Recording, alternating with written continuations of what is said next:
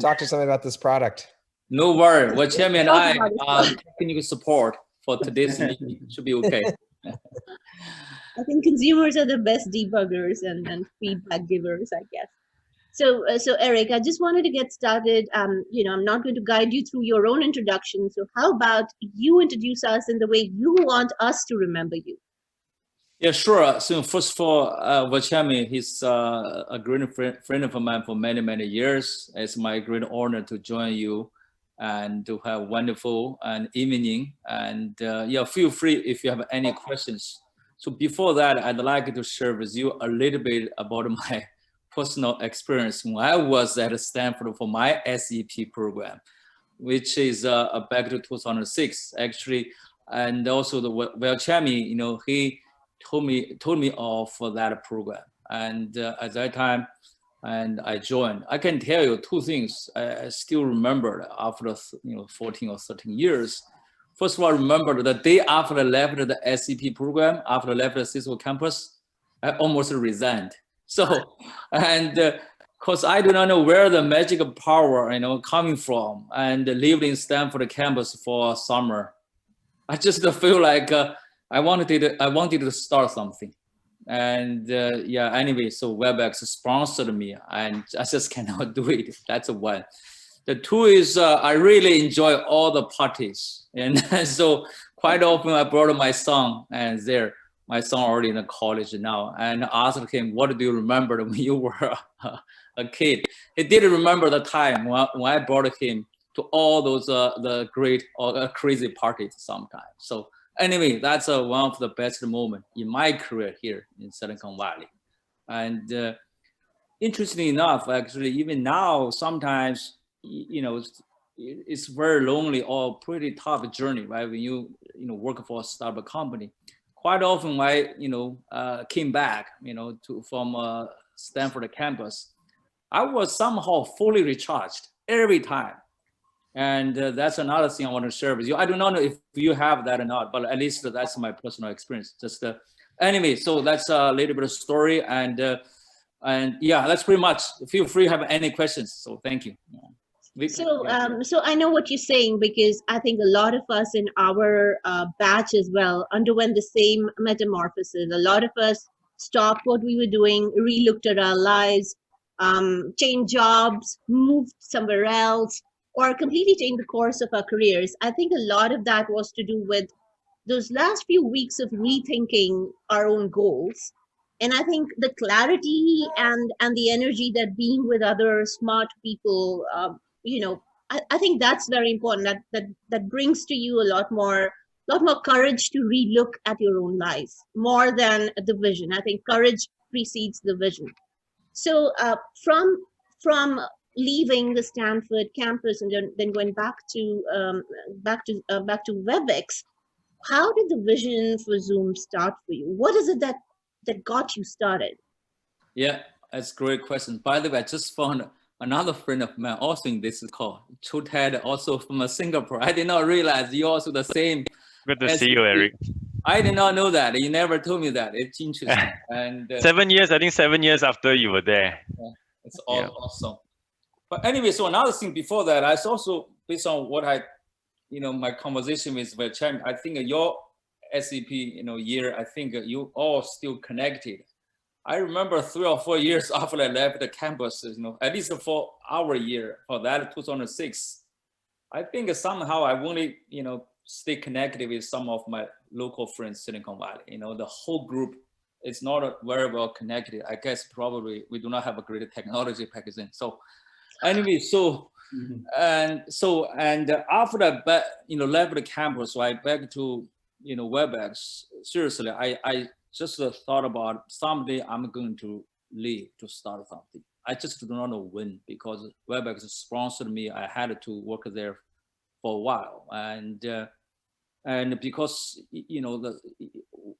learn from not only from other friends, but also some of the case study, like a professor taught. I remember the Facebook case study and a lot of other case studies, I think, and let me think about something, right? And also at that time, I think the that's the first time for me, right, to kind of stay out of the day-to-day work, for the whole summer. I did have a time to think about what I was going to do in the future. I thought about a lot during that summertime. So anyway, after back to WebEx, I still worked very hard together with Verchami, luckily, and interestingly enough, very soon the company in the process to be sold to Cisco. And the guy from Cisco and in charge of Cisco side M&A, the key guy is Joe Burden. He's also my SAP classmate. So, and it's a small world, and I remember that. So, and anyway, just the most important thing is I remembered after that is I feel like I learned a lot in terms of learning from others, learning from professors, and all those case studies. You feel like you sort of elevate yourself, to a different level, and you fully recharged and give a lot of energy to think about the next step. So when you left WebEx and you thought about starting a company, there must have been some gaps that you saw in the current product or a problem that you were trying to solve. What was the problem you're trying to solve with Zoom when you started? Yeah, so first of all, I did not think about leaving Cisco WebEx at that time because I thought about, hey, maybe we grew our business to $1 billion revenue. After that, I'm going to leave. However, the year before I left, year 2010, not like today, every morning when I woke up and I wanted to work. Back then, every morning when I woke up, I was not happy. And I was struggled. I don't want to go to office. It's for almost a year. The reason why is after I went into office, guess what? Every time I talked with a WebEx customer, I did not see a single happy customer. I know some of you probably still use WebEx. It's a torture, right, sometimes. So, and I tried to tell them it's time to start over, to build a new solution, but nobody listened. And so frustrated. Then I decided to leave.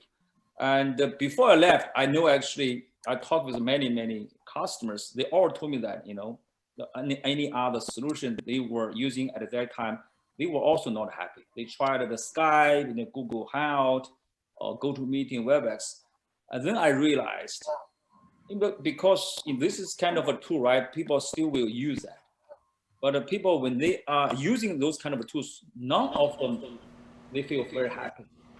So I feel like there's an opportunity if I can build something that is better, to let the customer feel happy when they use that. So I might have a chance. And that's the reason why I decided, to leave. I can tell you one thing after I left, I think I know a lot of VC's friends. I did not see anyone told me that I should do it. All of them told me that you should not do it. And another friend of VC, interesting enough, this is what I remember. He told me that, Eric, our check is ready for you as long as you do something else. So why were they saying, why were they asking you to do something else? Did they think that the space was already covered? Yes, it's too crowded. They think there's no problem. Mm-hmm. And there's so many solutions out there, even some free and big company competitors. They all mentioned you are crazy. And that's why no VC wanted to invest, except for my friends like Verchami. He even did not know what I'm going to do and give me a check. So that's how I started. So your entire vision was to simplify the solution that WebEx had, basically. Not only to simplify, to make sure to simplify. That's one important thing. The goal is to build a solution, to let user enjoy using that. That's the key. And the simplification is one. Quality, a lot of things, and the price as well, and so a lot of things together. So your vision was basically to make sure that the customer has fun using the product and has an easy way around the product.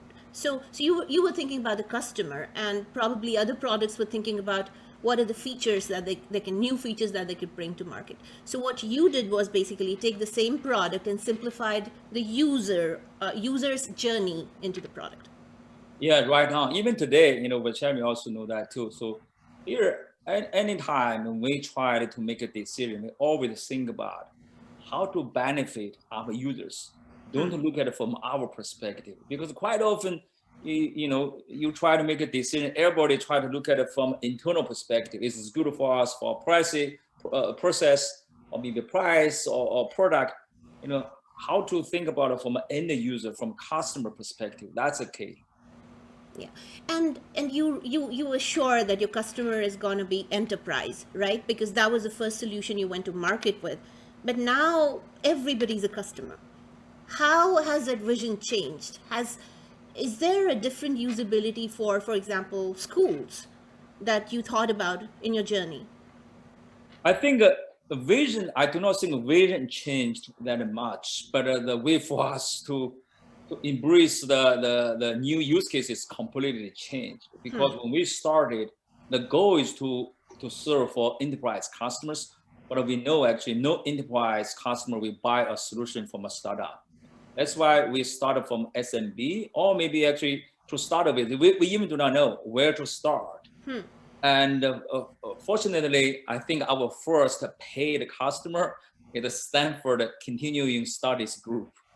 And it's very lucky. That's why I feel like I always own something to Stanford. So, and for the first three paid customers, they all from higher ed. The second one is Meera College, and I forgot who the third one. So that's how we started. And then we doubled down on our sales team. We got some SMB customers only until 4 years ago, and we started to embrace enterprise. And prior to pandemic crisis, SMB, enterprise, or higher ed, we never thought about that consumers or K-12 schools. But for now, you are so right. We offer a free service. They use Zoom for online yoga class, happy hour. I think that's why we feel like on the one hand, we all feel very excited. Feel like your hard work and your dream is coming true, right? To really help the world, to help people stay connected. On the other hand, it's a huge responsibility. Vachami, he knows that. He woke up in the middle of the night, to look at, do we have enough capacity? And it's not 1 day, 1 week. It's since early March until today. And this is a crazy time. But good news, I think it's the right time to show our corporate social responsibility. Like we give the free service to K-12 schools, more than 100,000, around 25 countries, all free service. It's very expensive, but we want to support that.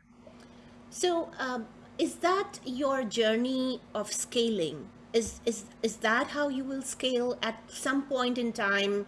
Will you stop making it free, or do you want to continue supporting education worldwide the way it is, and then probably get other customers to scale more? I think to scale our backend, Vachami can talk about more about that. Actually, the good news actually we learned when we were at WebEx. So we always think about, hey, what if you have 10x or 100x traffic over the night? Could your architecture survive or not? So it's good news we can, because we also have very scalable our own data center, and also we can leverage public cloud. So that's why we can survive. However, the problem is sometimes you have a conflict between serving the consumers or enterprise customers in terms of feature set, priority, and how to balance. That's pretty challenging. Sometimes we have very good feature built for enterprise customers, like a training use case, right? We have a feature. If you are multitasking, I will get an indicator. Hey, Vachami, he's multitasking, meaning he did not look at the window. But for consumers, they mentioned that's a privacy issue, right? We had to disable that feature. So that's a challenge we were facing over the past several months.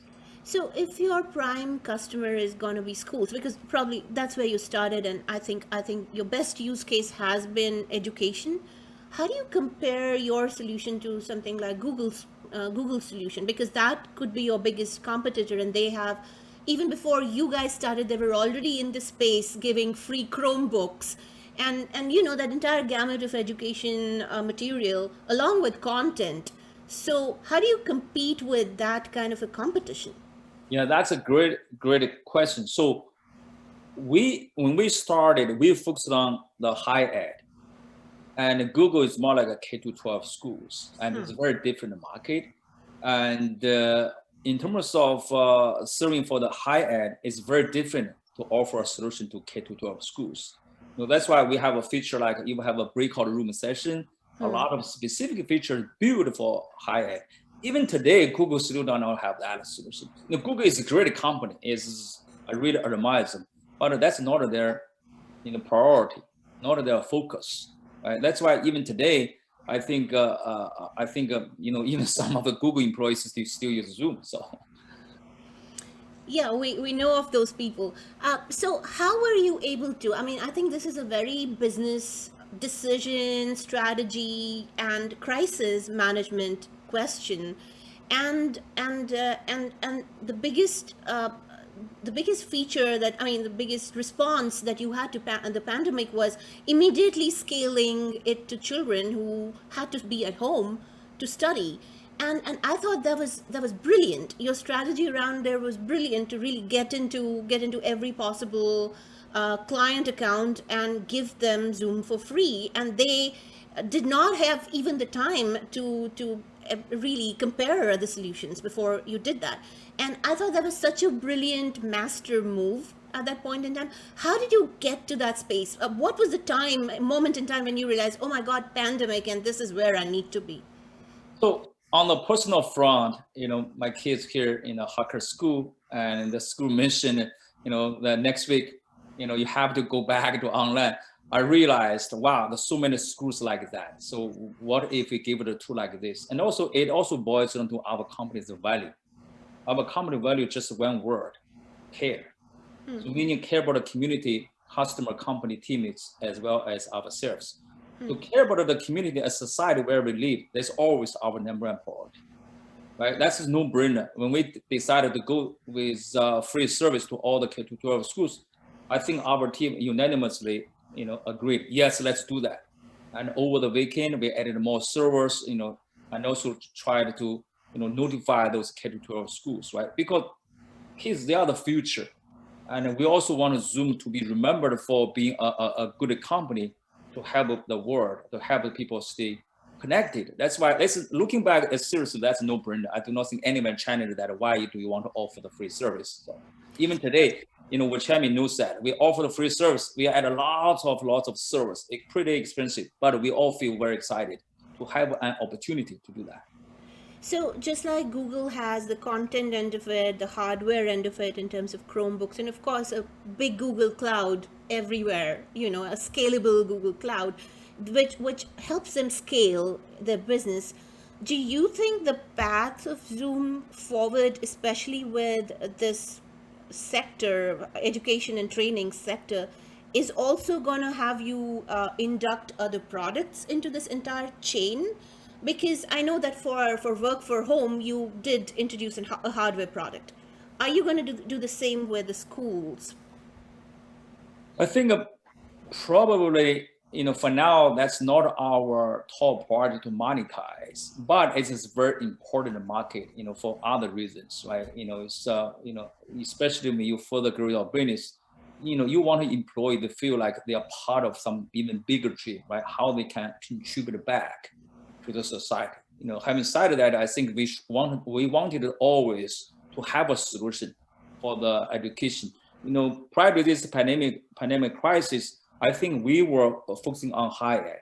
Now it's very likely, we are going to double down on serving K-12 schools, even if we do not want to monetize, because that's something important. And that's probably we changed our strategy to embrace K-12 schools, even including the kindergarten. So. Oh wow, that's gonna be great, and especially given the fact that we don't see there to be a vaccination towards at least till the middle of next year. I think way forward, our life from now on is gonna definitely look more Zoomish than it was before. So I know you had some issues. You had issues with security. There were incidents that the media just went crazy talking about, and then there was this. You were in courts, and there was this incident of, hacking happening while a court session is going on, and the judge freaked out. And we know, I mean, we're technical enough, all of us in this session, to know that it wasn't exactly a Zoom issue. It was a fact that they had an open session going on without a password, and it wasn't even a hacking. Anybody can enter the room and have a little dance if they want to. But these were very important crisis management points in that entire process of you being in market, especially very soon after you just went public and your valuation increased.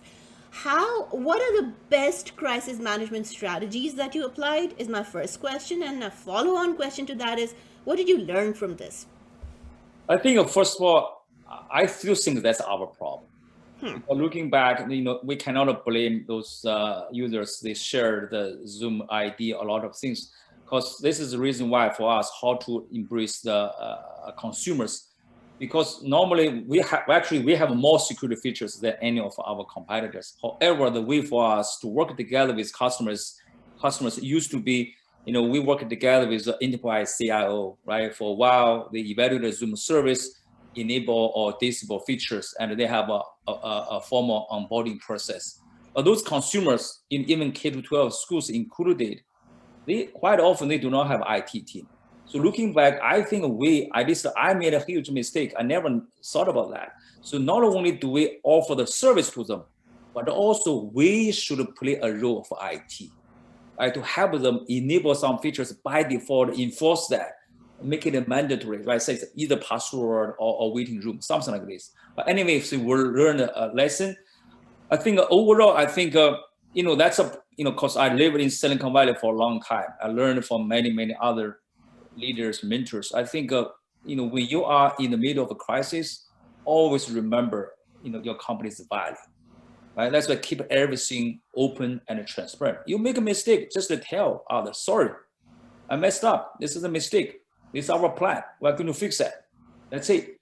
I think keep everything open, honest. I think you got to trust your users.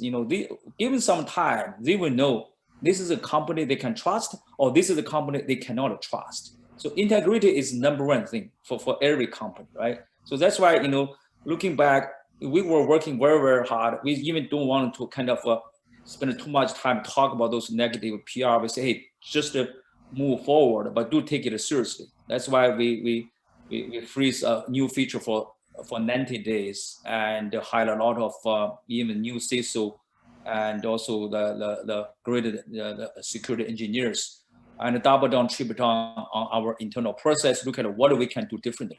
And at the same time, we have weekly security webinar, share with the public about what we're doing, where we are going to improve. I think, I really like this high-tech community. Given some time, you can win the trust back. So Do you think that's been completely sorted out, and you have the customers' trust back and the market's trust back? By and large, I think so, because over the past several months, we did receive, even before we decided to freeze the features, a lot of customers send us an email. Hey, we trust you, and we know you can even become a better company. We all are behind you and support you. And that's why we have a Chief Security Information Officer Council, and more than 30 big companies, CISO, they joined us to help us. And we received a lot of very positive the emails. Again, I think as long as you have a great intention and stay humble and really be open and transparent, I think you give me some time, you will be okay. That's a lesson I learned.